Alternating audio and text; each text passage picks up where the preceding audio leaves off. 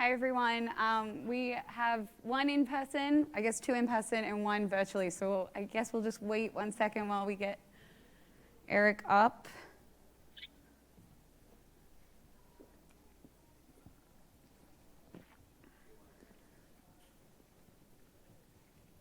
There he is. Hello, Eric. Can you hear us?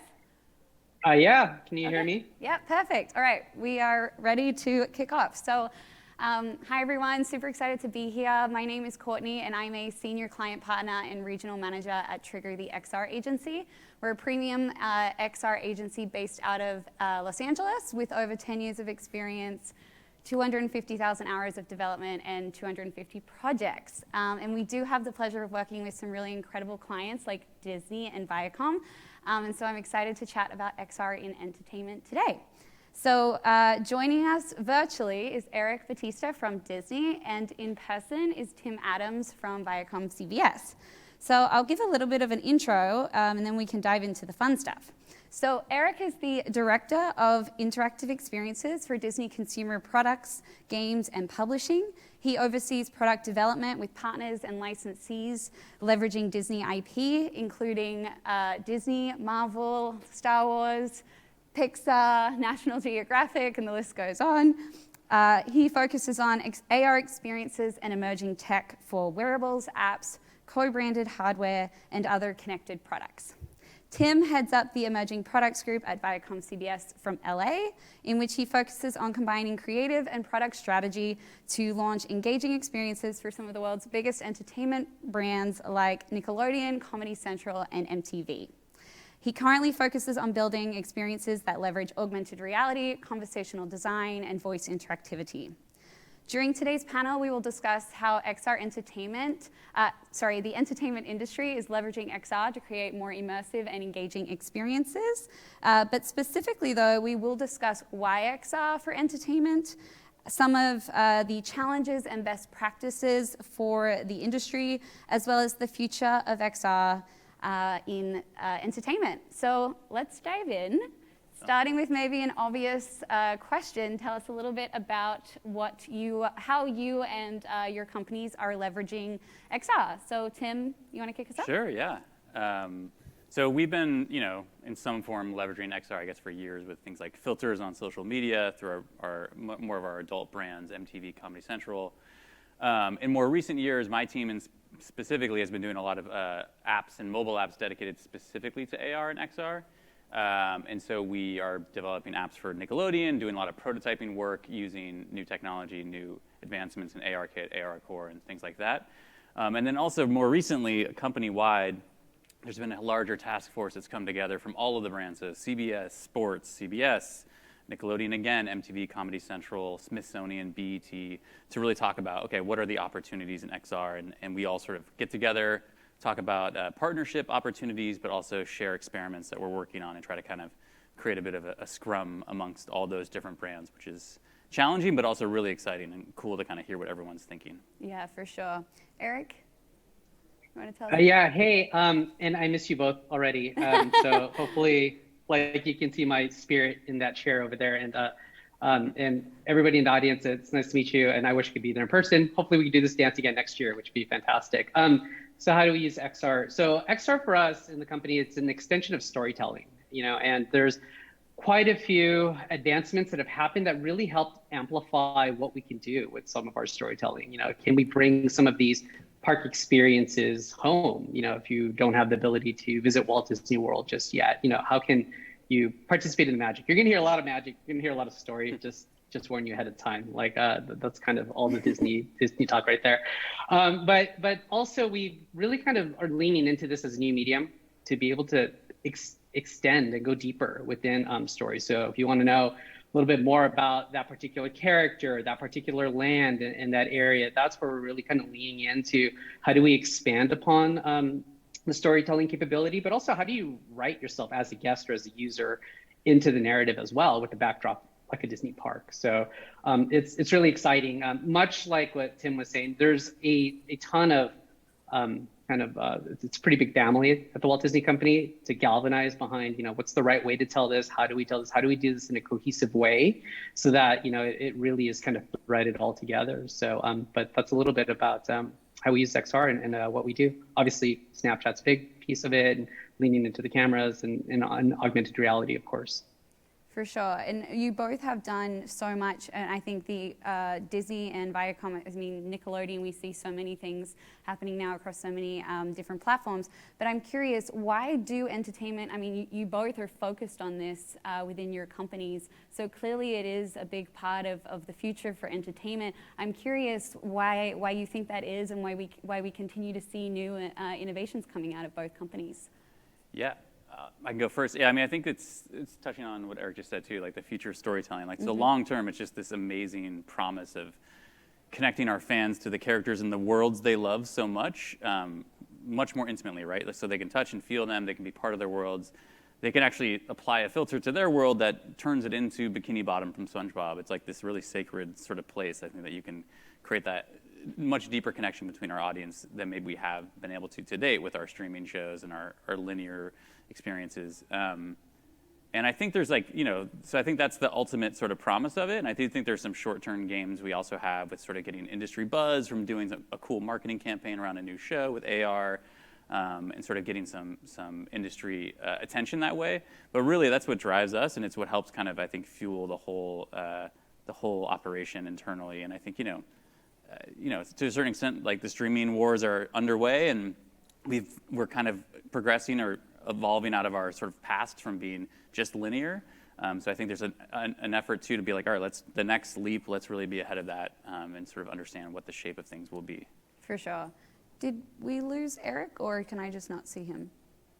I'm still here if you can hear me. Okay, wonderful. Okay, awesome. You must be somewhere in the metaverse. Okay, Eric, what do you want to give us your 2 cents too? Yeah, I'll just echo upon what Tim was talking about. So I was in before I took this role on, I was in the parks space. So you're going to hear me talk a lot about parks, but for 8 years. And within this kind of construct, it's kind of one of these things with regards to how do we actually expand upon capital investment that has been done, within our theme parks? How do we elevate that, to really make, the storytelling immersive and go deeper, as I kind of mentioned. Applying that filter and that lens is huge, right? To just kind of, really expanding upon it. So, but yeah, that's largely a lot of the focus. I randomly have a timer going on that my daughter just probably set out around here. It's like a little bit of a bomb. So I'm going to have to mute that because it's totally distracted me. But go for it. So I think knowing that, you just touched on something really interesting, that there's a ton of capital investment being made in things like Disneyland and other areas, of course, too, across the companies. But this is emerging technology, and there's definitely not a kind of standardized way of evaluating this to say it has been successful or not. So I'm curious to hear how you advocate for the technology internally to continue to unlock the budgets to do these types of things. Yeah, I think like in terms of unlocking budgets, again, back to that sort of short-term gain, I think we get a lot of folks on board from sort of a marketing of new shows and new IP or films that they want to make a big splash about, sort of on every screen possible. And so we're able to, I think, get some folks on board with that short-term mentality. But I do think there's a longer-term mentality that we're helping them kind of get used to. And then, we have dedicated budget just to sort of, again, I think, make sure we're ahead of the next big change in sort of our entertainment landscape. And so in terms of understanding success and things like that, we don't know. Like, we're fumbling towards understanding what success looks like for sure, but especially through our mobile apps, and on my team, great product managers are really poring over like what's happening here, what's the time spent, what's the retention, so we understand some mechanics that might work in AR, doing tons of qualitative research too with our audiences directly, just to see like, what do they understand? What don't they understand? What's entertaining? What's not? Especially, and then you start to map it to the brand. So it gets a bit complicated. But I think that like firsthand, user experience data is what we try to lean on the most to paint that broader, longer picture for the potential here. That's awesome. And Eric, I know too that you are working with a ton of technology partners as well. What's the type of things that you discuss internally to, evaluate these types of things and continue to prove success. We've heard a lot here at AWE in the past day that we shouldn't. There really should be no failure. We are testing and learning and continuing to iterate. So I'm curious how you position that internally. Yeah, absolutely. So everything Tim said, obviously, but I'll take a little bit of a different angle on evaluation of success and criteria. So what's interesting is the space is moving so fast, right? And a lot of XR experiences have been done before. And you get this a lot. I'm sure this is a theme that you hear a lot in other companies or whatnot, which is like, oh, we've done that before, or it felt a little gimmicky and things of that nature. So there's a key part of education of really showing what you can do today and really convincing some of the best story writers are non-technical in nature, right? And explaining what this medium can do for them to expand upon it, right? And really, obviously users and guests enjoying the experiences and the social and the sharing capability of it, but really using this as a tool to kind of not go against, but complement the traditional storytelling that's done, right? So that's a key one. So then now when it gets written in to this next episode of something or this next experience of something, it becomes more of this is the medium that needs to be a part of it to expand kind of the holistic experience. So that's kind of how we look at it too. When it comes into evaluation of a multitude of partners we talk to, a lot of it also comes with education, right? Of how can you bring to light, what is being done here? What's a great example that would fit really well with this character, this IP, this franchise, right? To kind of lean in, and that actually resonates really well with us. And backed by a lot of the experiences we've done before, and it's just showing like what can be done, what has been done, and how it's gotten better has really kind of helped kind of push on the XR front. Yeah, and you touch on something really interesting too, which is that education factor. Obviously, both of you are in roles where you are focused on XR, so obviously you see the value in that. But I'm curious, a lot of people at your companies are not. So how do you stay on top of the innovations happening in the space, but then also educate people internally to keep them up to speed? Yeah, I mean, in terms of staying on top of things, we read, we try, we buy every device that we can. And we do monthly, my team specifically is doing like monthly deep dives on specific experiences that we're curious about to understand, okay, what So you have the fun office. Yeah, we do. We kind of are lucky in that way, for sure. And I think it's to kind of echo what Eric was saying too, like going to some of the show creatives, like the people who are writing SpongeBob or writing The Daily Show or working on this, and trying to kind of explain for them, map what their IP could be to the interactivity that's unlocked with some of these new technologies is like the funnest part of the job, right? Like we don't want to, they know the show, SpongeBob's not going to like flip Krabby Patties anywhere, but so they'll tell you the rules and they'll sort of like think about the characters a lot, but to sort of show them the potential of like, oh, you could actually do that with this technology, like map it to the right creative or world is for sure the highlight of the job, I think, in a lot of ways. Yeah, so it's essentially super collaborative in that way too. Yeah. Yeah. Totally, yeah. Mapping the creative to the tech, and then the user fitting into that as well. Yeah, exactly. Yeah, and we're focused, I think, first on the user and like the technology as just what can the user do with this, and then it's like, okay, I think it would work well for this brand. Let's talk to them and get them on board, and sort of be like their interactive producer that helps them understand like how to map their IP to this technology, which is cool. For sure, yeah. And Eric, I mean, you're leveraging, or you have partners and licensees leveraging a ton of different IP across that. I'm curious how you continue to educate, as I'm sure you're not in the room with all these teams on a daily basis. Yeah, absolutely. It's really, just kind of to echo the point,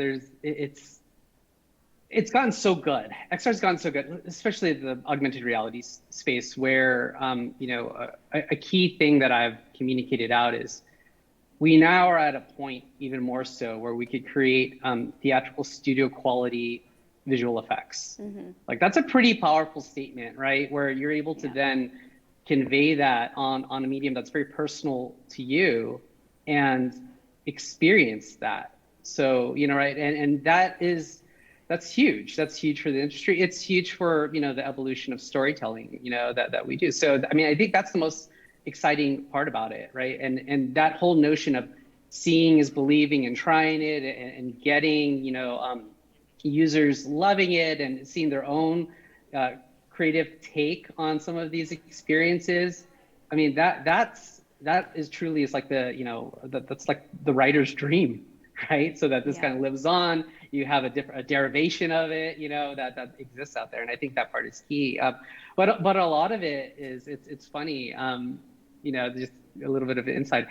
The hardest part is really not creating the experience. It's just getting individuals to see it, believe in it, and just go all in on it, right? And I don't know, like Tim, if you have the same, instance, but our company's really wide, and there's just so many different entities and stakeholders in that regard, and a lot of it is, really evangelizing and standing up for it as a medium that needs to be, that it truly is an art now.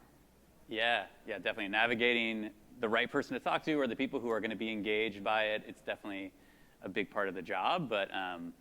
But like you said, I think most people, when they kind of see it or they understand the opportunity, like especially people who work on these shows and love these characters and these worlds, they light up. Like when you get to the right person, it's kind of like all, the momentum is there kind of from the get-go, which is cool. Yeah, for sure. And I mean, Eric, you mentioned too, like the visual effects and everything really have come so far, the way we can now create 3D assets that really do bring film quality assets to life. I'm curious for both of you, I mean, with like IP such as, even the slime effects that we've seen that are, we're bringing those types of things to life with Nickelodeon.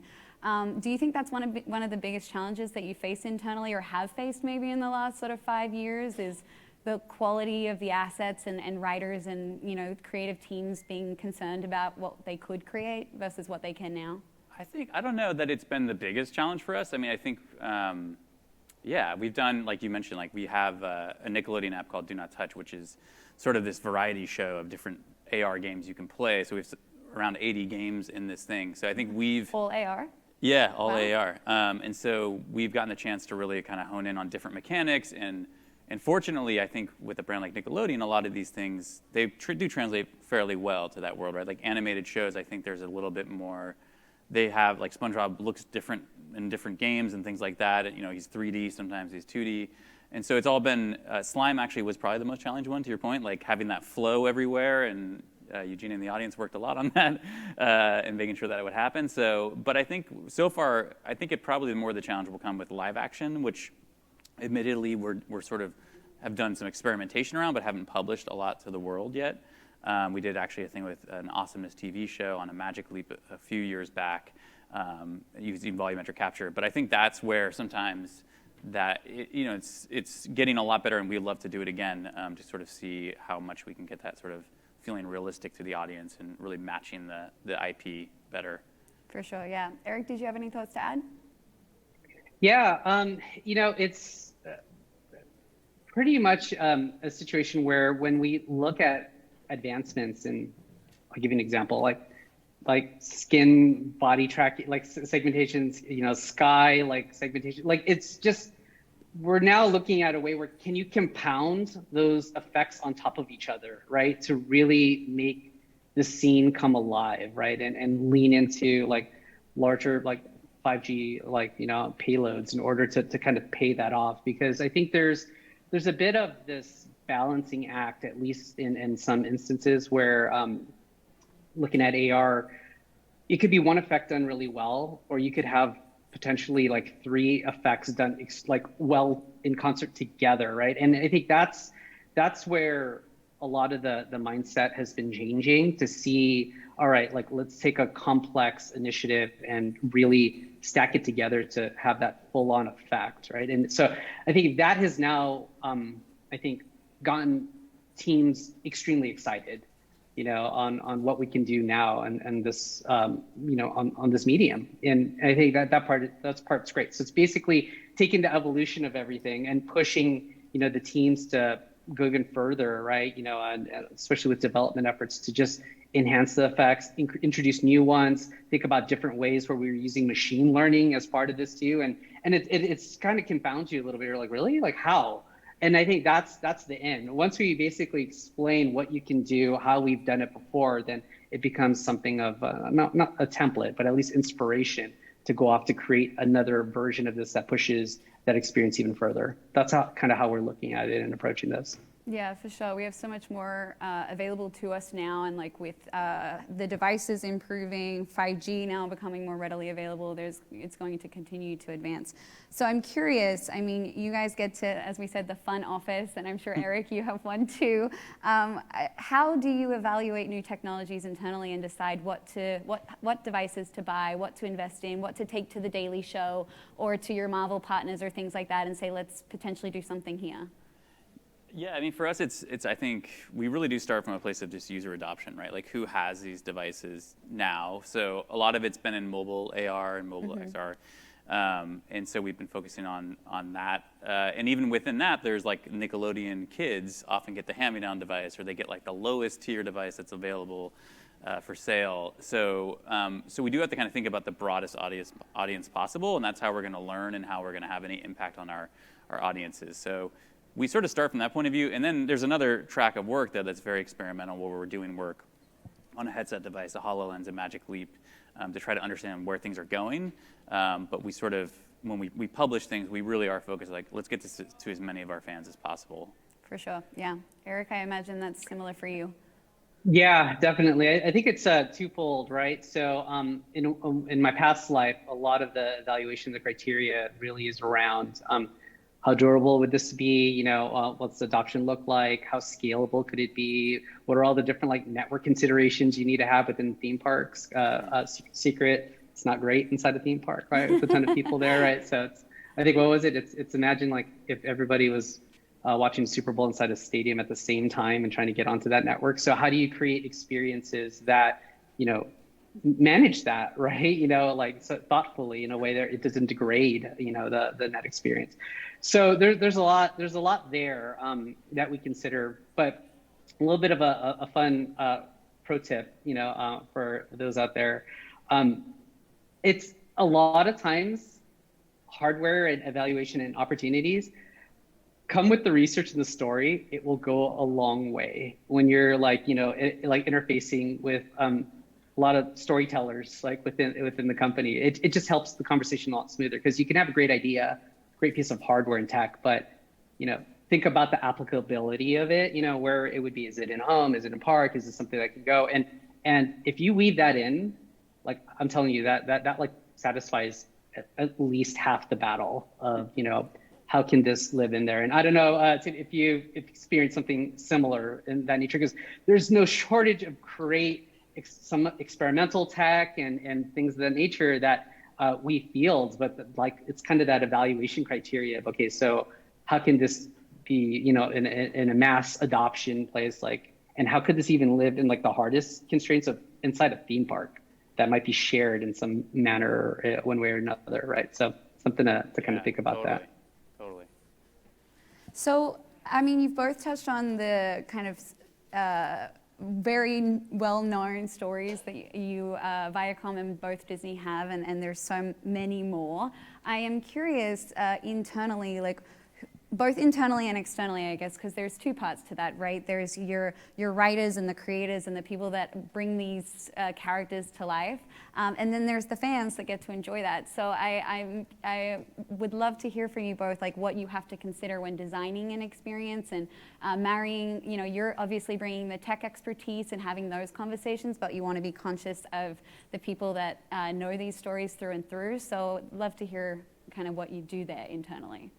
Right, how do we kind of go about designing it? Yeah, designing it, and yeah. I think just remaining true to the story when also trying to show off the tech. Right, yeah, it's definitely a delicate balance. I mean, I think it's kind of to Eric's point, like through a lot of our user testing that we might do in advance of that, or our research that we've done on like a Nickelodeon Do Not Touch app, which just has tons of things in it, tons of different interactions, we can point to things and be like, no, kids get this, for Nickelodeon, for example, or if it's another brand, the audience really resonates with this sort of interaction, or this is very cool. It's not just cool, it actually works, right? And so I think that helps sort of grease the wheels for when you go to the creative team and they say like, okay, cool, I trust you. Now I can write against that. Now I can kind of let the characters play out with those interactions. And yeah, again, like user testing, constantly pointing to what we've learned in the space is key to helping. I think to Eric's point, it's resonating with me now. Yeah. And it really is true. And I'm sure once internal teams start to see these things come to life as well, then they're like, oh, I get it. Let's go further. Yeah, and I think like it's a huge company, ViacomCBS, so like we have a good relationship with a few of the brands and then relationships with other ones, but it's sort of like, you do have to it's sort of like high school. Like you have to create these relationships and sort of get them interested or get popular, I guess, to use the high school analogy, in like what you're doing.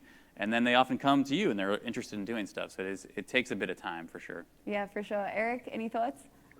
Yeah, I totally like that whole, being popular analogy in that regard. I mean, so I think, but part of it too is to bring a group, along the journey and help evangelize with you. We found a lot of success with that too. So once you take the time, as I mentioned a lot, to just educate, get, individual stakeholders really familiar with, comfortable with, the medium and what you could do with an XR, then they become the best advocates, that boots on the ground that can help, in that construct.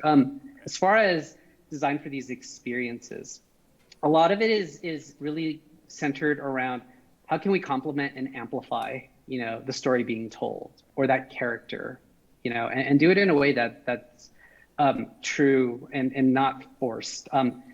Something that we've kind of coined, I think I coined it, I don't know, but it was more of like not to do AR for AR's sake, right? I mean, and again, I think it's great on one hand because you're getting comfortable with what you can do, but some experiences may not even need that, right? And does that, play back in a negative way where if you do something that kind of was just done just so that you could say you've done it within that space and you've tried it, kind of sets it back a little bit depending on the situation. So, and I think that's definitely a fine balance of intentionality. A lot of that kind of research. Does it make sense? Is this the right medium? Is there another medium? And just kind of factoring that into the mix of like a good product execution or design. For sure, and we know those Marvel fans will know for sure if there's something in the story that isn't right. So we got to be careful too.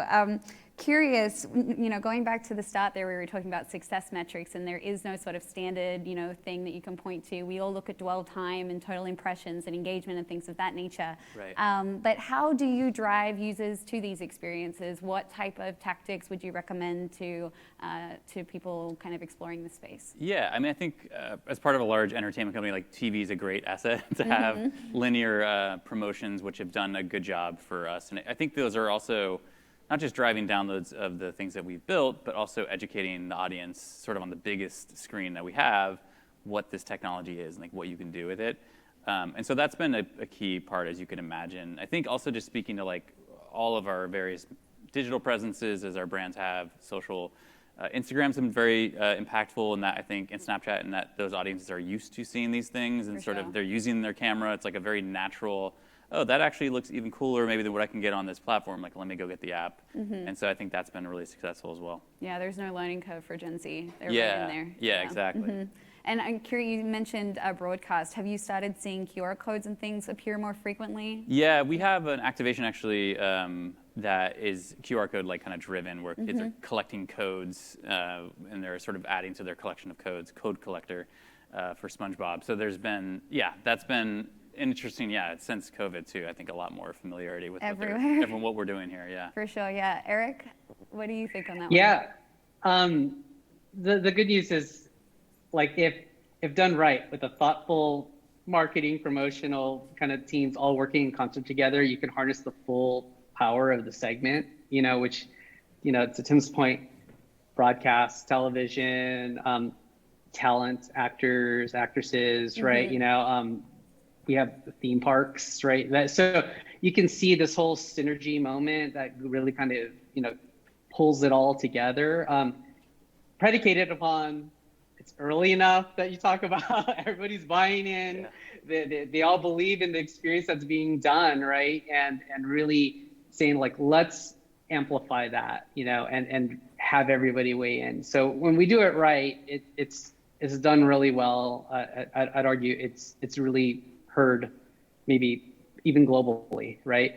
But again, I think to the earlier points, I think collectively we're all on this mission to just do a better job of evangelizing and sharing. Hey, here, have you seen this? This is kind of the next thing that we've done that came out of here. Like, let's do this again. We can even add on upon it, and then that's where you can get that moment, right, of just getting everybody on board to support an initiative like that. But I mean, you can see there's a ton of different angles that you can kind of take, leveraging kind of the powerhouse of media and social and everything that we could just really pull together. It just takes a lot of coordination, a lot of communication, and quite frankly, just a lot of belief, that this is worth kind of sharing. Yeah. I remember actually a couple of years ago, we did a project with Nickelodeon, and it was right at the start of the Instagram lenses, and it was for Nick Choice Awards. Oh, yeah. And it was a slime lens, Right. and that was one of the reasons why I was like, slime is difficult. It Yes. was a Yeah. challenge to overcome. But that was really at the start, and I think we saw the power of social media, social AR in itself, Right. but even just networking, like the amount of people that were able to interact with it, influencers like Yeah. DJ Khalid and things like that were leveraging it and promoting it. Right. I mean, you guys have seen a lot of success in kind of spreading the word that way. Yeah, absolutely. Yeah, having influencers. I mean, Kids' Choice Awards is a perfect example because we have so many celebrities coming together for that show. Yeah. So like harnessing the power of those celebrities and their influence. Not always easy maybe to get that arranged, but that is sure. for sure a huge, seeing someone that you know and really like or trust or respect use this thing is probably the most powerful promotion you can get. For sure. So what would you say then the biggest challenges that you face right now or the entertainment industry faces when working with XR? Yeah, I mean, I think it's still early days. I guess I don't know if this is the biggest problem, but I think it goes back to user adoption or user audience familiarity a bit. I think everyone knows Pokemon Go. They've seen it maybe in their maps, but I don't know that we have the most killer AR use case out there that my dad knows about, or something. And I think that I loved Eric's point. One question we asked ourselves too is could this be done in 2D? What does this need to be AR? And I think a lot of stuff does get done that could really just be just as cool if you were sort of swiping around a space in 2D, or it's not mapped to your surface in some way. So I think that's a big challenge, is that I think folks haven't totally understood the value of I mean, lenses are probably the most used thing, or filters, but I don't know that we've seen a lot of mainstream adoption of using your camera to actually do something or be entertained by something, and hopefully we crack the latter or help crack it. But I think that's kind of a hurdle, and it kind of goes to what Eric was saying too, so show stuff that really is novel and new, and is a totally unlock in AR alone or XR alone. And so I think that's it, the familiarity piece. Okay, great. Yeah, Eric, any thoughts on the challenges? Yeah, I think a big one is, and I think it's getting better, which is great, is how do we kind of almost crack the middle where you have the developers working, quite frankly, with the writers, right? And the story makers in that regard, because there's a little bit of a concern around overpromising that we could do this, but not to that level, right? And then it just it's a little bit of that, confirmation bias. Well, that's why I couldn't think about either this as a medium, because it can't really go there yet. But I think it's getting a lot better. We've had instances where we've had our developer teams working with really closely with her, just on these executions to really see what's possible. And what's interesting is you'll hear that and this is the best case scenario, is when you have a writer, show creator, et cetera, saying, is this possible to do that, right? And then if you can do this, could you do that? Because it furthers the medium of what you can actually do, but it also is that way of, all right, now they're bought in. Now they just want to learn to see how can I write a piece of my story, or an experience that can take advantage of that I didn't know about before. So I think there's that type of communication and direct collaboration that I feel we're at the point now that we can actually have those meaningful conversations to push the story and push the development of what you could do on XR at the same time. And that's what you really want, because then it gets kind of baked into, the next one, right? It has to be something we need to do, but can it be done in a different way? Right? So just to keep pushing the bar up further. Let me know if that makes sense, but I think that's literally the challenge and how it's gotten better. Yeah, and I think, in my opinion, the entertainment industry has actually been more willing than most industries to really dive into this space and play with it. And I think it's a credit to the stories that both Viacom and Disney own, not to mention, other entertainment studios out there. Because we've seen things for years. Trigger's been working with the entertainment industry since 2009, and we've been willing to play with it and see what happens. I am curious, though. We throw around a lot of acronyms: AR, VR, XR, MR. You hear so many things. AR is catching on. You mentioned user studies. How do you go about communicating that, marketing that? Do people understand it? Consumers, children. How does that look? We don't talk too much about the technology or try to label it. I think it's just like, this is Nickelodeon in your world, right? Or this is, here's for the Smithsonian, this is the moon landing, the Apollo moon landing, or Mars. Like, there might be an AR button, but even for some of our audiences, like for Nickelodeon, we never actually, you don't see that acronym really in the app anywhere. And I think that kind of just gets in the way, right? And like here we are talking about XR, and I'm sometimes saying AR. It's like, no one quite knows what to say. So I just call it one big umbrella. And it's really not like it's the technology that's powering an entertainment experience. I don't know that it's totally important that everyone understands that term or those terms, or certainly now that there's a few terms out there, it's maybe even a more confusing time to try to instill that with our audience. For sure, yeah, I'd say that's a best practice too. You're using words that excite fans, bringing characters into your world, letting them experience. Right. That's going to connect more than AR. Yeah. Right. Eric, how about you?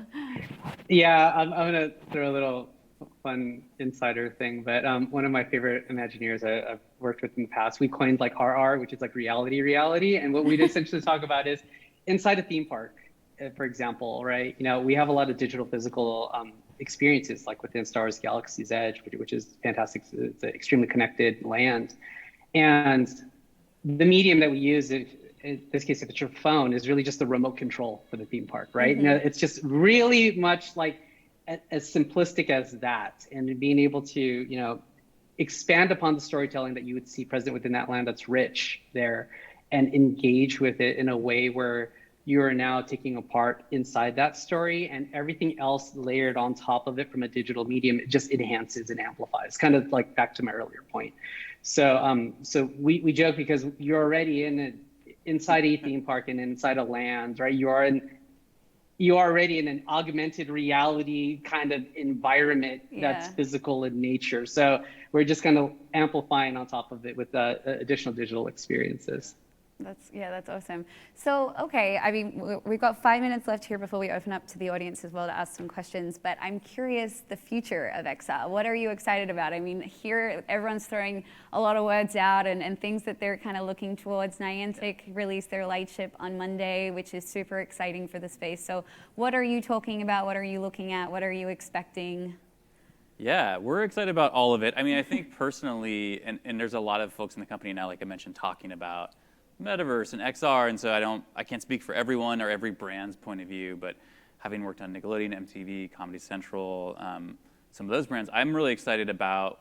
I think Niantic's vision is really nice. I think that instead of immersing yourself completely and blocking out the world, how can you bring some of your favorite things to the world that you live in and have enrich experiences that you have with friends and multiplayer experiences. Specifically, one thing we're talking a lot about is object recognition and computer vision is getting really good, right? And then, what's a way that you can take mundane things that everyone sort of has in their house and sort of just completely change them or transform someone's home through that technology and layer on our show worlds or our characters. I think that's super exciting, as opposed to just kind of finding flat surfaces and doing really cool things. But I think you can really truly transform their world. So that's an area I think that we want to push a little bit more on. Yeah, for sure. And Eric, just even you talking about Disneyland and you're already in an augmented reality at that point, I think it's pretty cool then to be able to bring that home and like you're saying too, just kind of bringing those spaces. If you've got an orange there, the character sits on it type thing, as opposed to planting it right there. But Eric, what are you excited about and what's Disney kind of looking forward to? Yeah, everything Tim said, but also just to add on to is and you hit it, that's exactly what it is. How can we bring that deeper immersion, right? Home or, with you. And, there are many that may not have the opportunity to visit a Disney park, right? But how can we bring that home or wherever you may be, and I think that's a key part. I'll put a little bit of a tangent on this one too. And sometimes it's kind of the comfort of what's happening on parks. We actually had this experience we created actually for children's hospitals across the US, which basically took what we could do from an interactive experiences component that you would have in a theme park, but bring it into a children's hospital. So children's hospitals, plural, to help with anxiety that kids have, undergoing this with familiar characters, spaces. So that type of immersion is really powerful, both from an experiential perspective, but from a comfort perspective, but also something that just you kind of think about using this as medium for good, right? In addition to entertainment. So there's a little bit of that in there as well. But I mean, there's a ton of great things that are going into tactile, sound, all of this together, coming together to really make you feel like you're there, right? I think that's a lot of interesting work that's being talked about and kind of being showcased. For sure. And then final question from me. I'm curious, we've talked a lot about augmented reality, but we also, there's a lot of innovation in the virtual reality space. How do you envision entertainment brands kind of dividing content and experiences between those?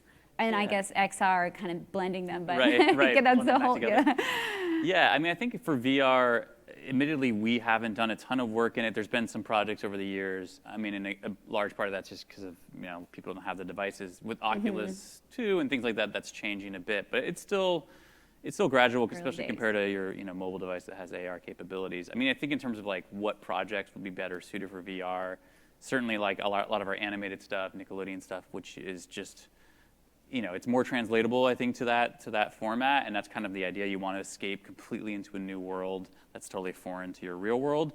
Whereas our real world experiences, I'm kind of keen on that in general. I think you can bring Nickelodeon there too, but you also, maybe it's a bit easier to bring some of our live action, like a CSI detective show where you're trying to find the clues, like that, which has been done by some other groups, but taking our version of that, our IP, to AR certainly makes a lot of sense, and I think is a good match. So it's almost a differentiation then between interactivity, like you mentioned, kind of kids play maybe versus something like a CSI investigation. Yeah, I mean, I think it's almost IP by IP though. Some things just might map better to the world. Like Pokemon Go maps really well to the real world.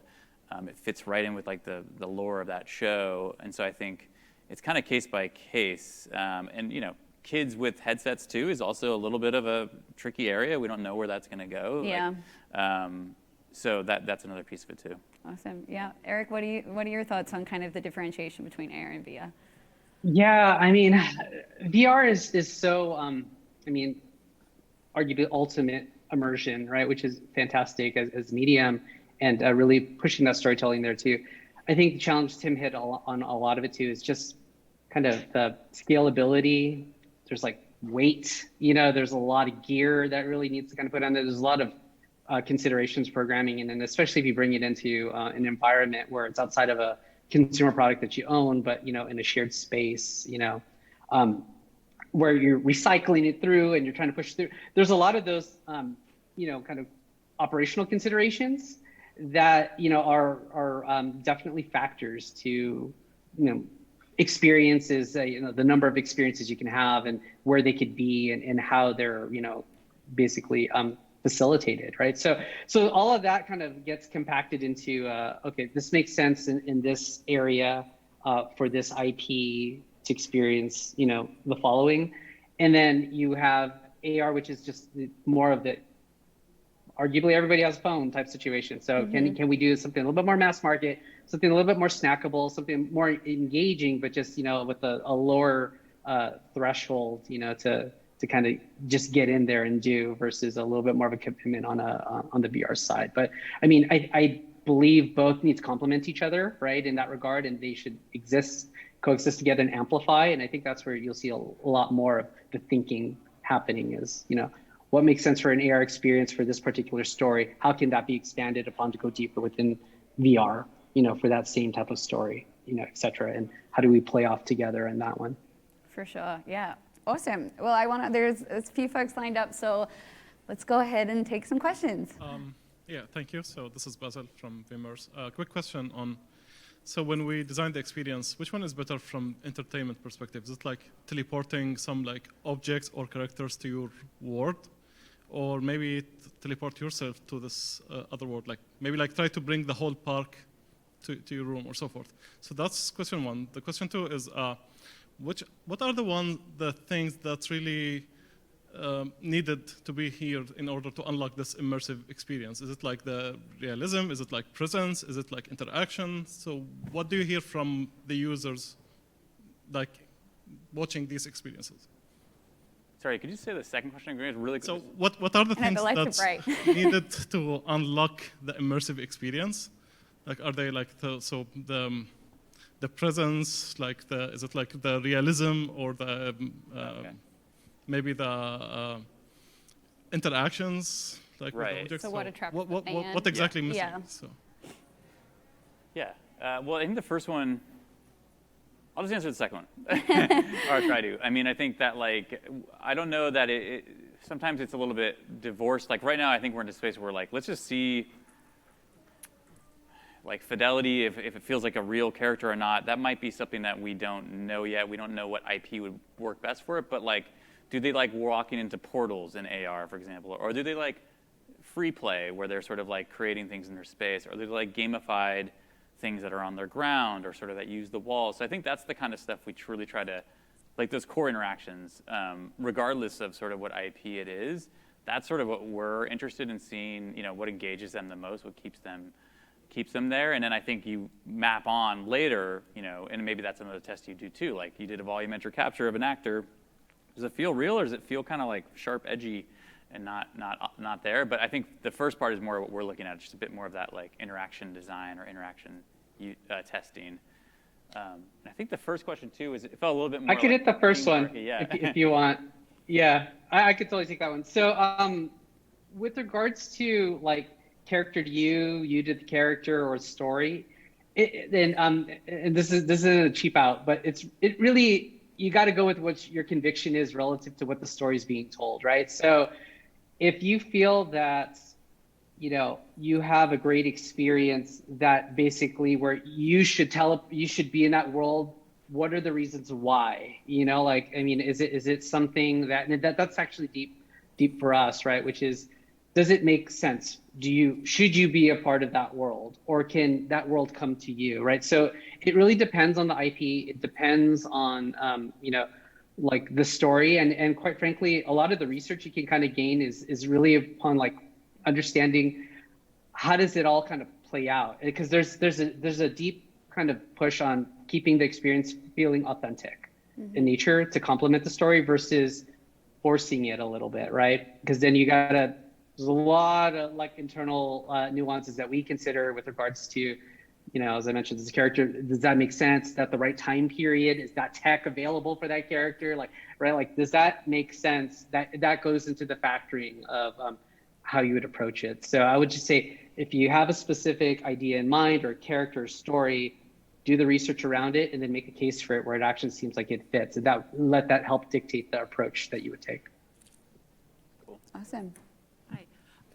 My name is Lori H. Schwartz. I'm with a company called Storytech, and I also wear another hat of being on the board of the Television Academy, where we recently just gave an interactive innovation award to For All Mankind for their XR experience, which was a partnership with Apple. What we have always been struggling with are the words interactive, engaging, experiential when you're defining these awards. but we always go back to what are the roles at the studios and who's making this stuff. So you have a interactive in your title and you have emerging in your title. So I'm just wondering, that's a big umbrella, you know, that because we're awarding Bandersnatch, but we're also awarding XR. And so I'm just wondering from I know this is a long run up to the question, but I'm just wondering from a studio perspective, roles and where this type of content is getting focused, because you're working on interactive, which could be anything, and some people even say VR isn't interactive. So I'm just curious, do you guys see from a studio perspective, are you going to be breaking out VR and XR? Will it always sit under emerging or interactive? Like, where is this stuff going to land in the pipeline? And sorry for the long run up, but No, it's an interesting question. Yeah, you should just give the awards to us. First one. I mean, I don't know. I think I don't know that there's a clear headline for all of it yet. I mean, certainly we've heard some recent, the metaverse is the newest kind of version of it, but I think it's kind of, I like interactive or immersive or even emerging because I think they sort of are agnostic a little bit of the form factor. Again, you're looking at, in terms of your role, you're yeah. looking at a lot. Yeah, we are looking at, and and that's the challenge, right? And I think picking what emerging technologies, for example, you care about as an entertainment brand is sort of a key part of our roles, and it comes down to sort of scalability and what users have them, access to them. And so that's a big part of it.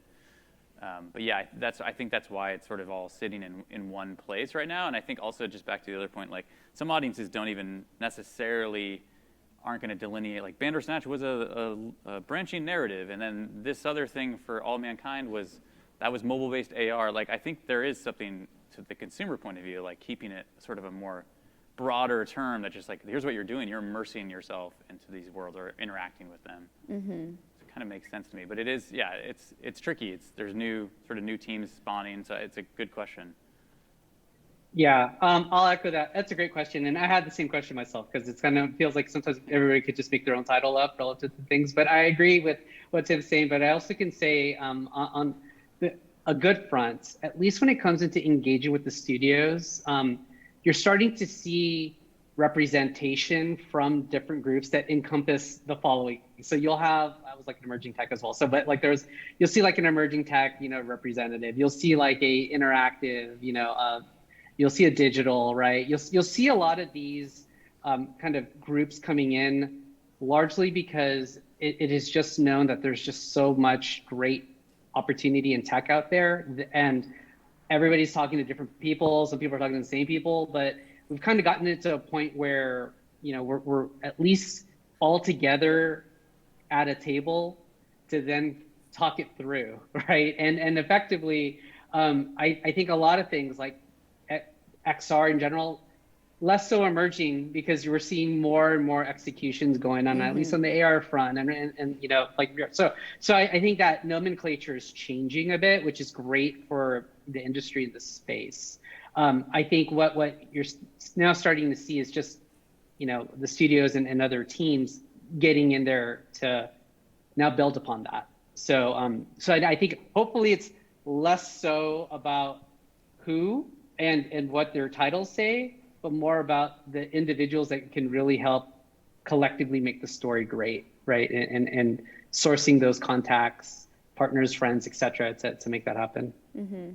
I mean, even just on the consumer side too, we see it's so confusing, and that was one of the reasons why I asked about the AR, VR, XR, Emma. It all just gets very confusing, and then you talk to we're immersed in this on a daily basis. We all know what those mean, but when you talk to your average consumer, you're now then translating it again for them, and they've come up with all their own words to describe this because they don't know what's right or wrong. So I think we're all kind of waiting to see what sticks. 10 years ago, social media wasn't where it is at today, and now we have all these words that are kind of mainstream. So I think it'll be very interesting as all of this starts to net out what sort of sticks and how we now communicate actually with the same language with the end consumer. Yeah.